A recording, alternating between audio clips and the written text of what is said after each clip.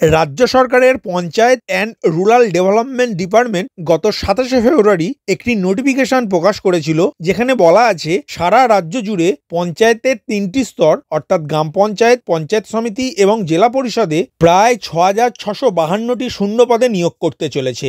এই নিয়োগ বিজ্ঞপ্তি নিয়ে আপনাদের এই প্রিয় চ্যানেলে ৩টি ভিডিও আছে। কোন জেলায় কতগুলি শূন্য পদ আছে, এই ৩টি স্তরে আবেদনের যোগ্যতা, বয়স এবং পরীক্ষা পদ্ধতি নিয়ে আলোচনা করা আছে। যদি এখনো পর্যন্ত এই ভিডিওগুলি দেখে না থাকেন তাহলে জব রিলেটেড প্লেলিস্ট ওপেন করে অথবা ডেসক্রিপশন বক্সে দেওয়া লিঙ্কে ক্লিক করে আপনার সময় উপযোগী ভিডিওগুলি দেখতে পারেন। রাজ্যের পঞ্চায়েত স্তরে নিয়োগের জন্য ফর্ম ফিল আপের রেজিস্ট্রেশন শুরু হয়ে গিয়েছে West Bengal panchayat recruitment management system online পরিষেবার মাধ্যমে। আশা করি আপনারা অনেকেই রেজিস্ট্রেশন কমপ্লিটও করে নিয়েছেন। আজকের আপডেটে রেজিস্ট্রেশন সম্পূর্ণ করার পরে কি কি সংশোধন করতে পারবেন, কি কি পরিবর্তন করতে পারবেন না, একজন আবেদনকারী কি একাধিক পদে আবেদন করতে পারবেন, একজন আবেদনকারী কি একাধিক জেলায় আবেদন করতে পারবেন, পরীক্ষার ফর্ম ফিল আপ কবে থেকে শুরু হবে, কি ভুল করলে ফর্ম বাতিল হবে, প্রভৃতি বিষয় নিয়ে আলোচনা করব। নমস্কার বন্ধু, আপনি দেখছেন আপনার প্রিয় চ্যানেল কুন্ডু টেলিকম, সাথে আমি অনিমেষ। আপনার কাছে ছোট্ট অনুরোধ, আপনি এই চ্যানেলে নতুন হলে সাবস্ক্রাইব করবেন চ্যানেলটিকে এবং অল নোটিফিকেশন বাটন অন করে রাখবেন এই পরিবারের নতুন নতুন আজকের আপডেট সবার আগে জানতে। ভিডিওটি আপনার কোনো উপকারে এলে অবশ্যই লাইক করবেন। চলুন শুরু করা যাক আজকের আপডেটটি। রাজ্য জুড়ে পঞ্চায়েতের বিভিন্ন স্তরে নিয়োগ পরীক্ষার ফর্ম ফিল আপ শুরু হওয়ার আগে এখন West Bengal panchayat recruitment management system এই ওয়েবসাইট থেকে রেজিস্ট্রেশন প্রক্রিয়া শুরু হয়ে গিয়েছে। ডেসক্রিপশন বক্সে দেওয়া লিঙ্কে ক্লিক করে আপনি সরাসরি এই ওয়েবসাইটে আসতে পারবেন। হোম পেজের রেজিস্ট্রেশন নাও বাটনে ক্লিক করে আপনার রেজিস্ট্রেশন কমপ্লিট করতে পারবেন।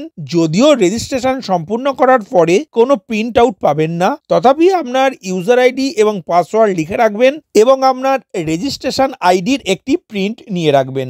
এখন আপনাদের মনে প্রশ্ন, রেজিস্ট্রেশন প্রক্রিয়া সম্পূর্ণ করার পরে কোন কোন তথ্য আর পরবর্তীতে পরিবর্তন করা যাবে না। সেগুলি হলো ইমেল আইডি, মোবাইল নাম্বার, নিজের প্রথম নাম, মধ্য নাম, শেষ নাম, ডেট অফ বার্থ এবং জেন্ডার। প্রসঙ্গত বলে রাখা দরকার, এই অপশনগুলির মধ্যে কোনো তথ্য যদি ভুল থাকে তাহলে আপনার ফর্মটি বাতিল হবে। সেই ক্ষেত্রে আপনাকে নতুন করে রেজিস্ট্রেশন করতে হবে। তখন অবশ্যই আপনার মোবাইল নাম্বার এবং ইমেল আইডিটি পরিবর্তন করে নতুন করে রেজিস্ট্রেশন করবেন।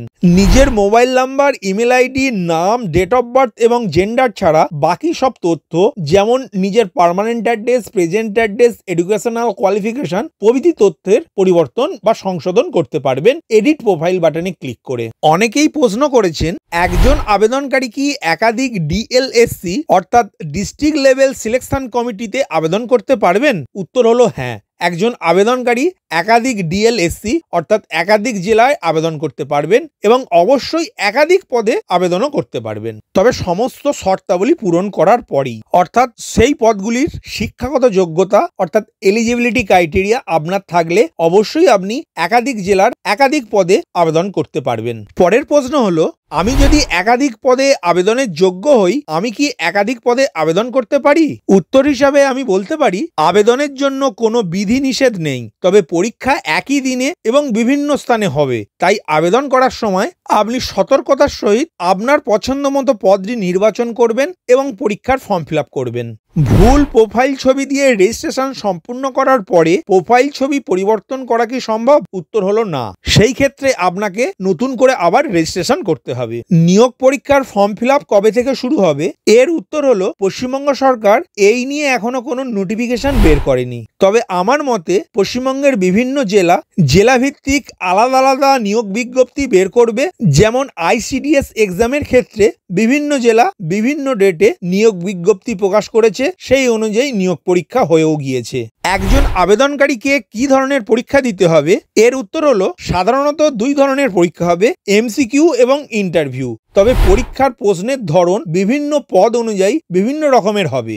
এখন প্রশ্ন হলো, পরীক্ষার সিলেবাস কি হবে, পরীক্ষার প্রশ্নের ধরন কি রকম হবে, অথবা পরীক্ষার প্রশ্ন কি কি বিষয় থেকে আসবে, এই নিয়ে আপনার এই প্রিয় চ্যানেলে ভিডিও দেয়া আছে, আপনি সেই ভিডিওটি দেখতে পারেন। পঞ্চায়েত রিক্রুটমেন্ট সম্বন্ধে আবেদনকারীরা কিভাবে আপডেট পাবেন, এর উত্তর হলো আবেদনকারীরা রেজিস্টারকৃত মোবাইলে SMS এর মাধ্যমে জানতে পারবেন পরীক্ষার আপডেট সম্বন্ধে। তাছাড়া পঞ্চায়েতের বিভিন্ন স্তরে নিয়োগ পরীক্ষার বিজ্ঞপ্তি প্রকাশিত হলেই এই চ্যানেলে ভিডিও পেয়ে যাবেন, তাই চ্যানেলটিকে অবশ্যই সাবস্ক্রাইব করে রাখুন। ভিডিওটি প্রথম থেকে শেষ পর্যন্ত দেখার জন্য ধন্যবাদ। এই ইনফরমেটিভ আজকের আপডেটটি আপনার বন্ধু ও পরিচিতদের জানাতে বেশি বেশি করে শেয়ার করবেন, আর অবশ্যই কমেন্ট করবেন ভিডিও সম্বন্ধে আপনার কোনো ডাউট বা জিজ্ঞাসা থাকলে, এবং আপনার কোনো মতামত জানাবেন। ভালো থাকবেন, সুস্থ থাকবেন।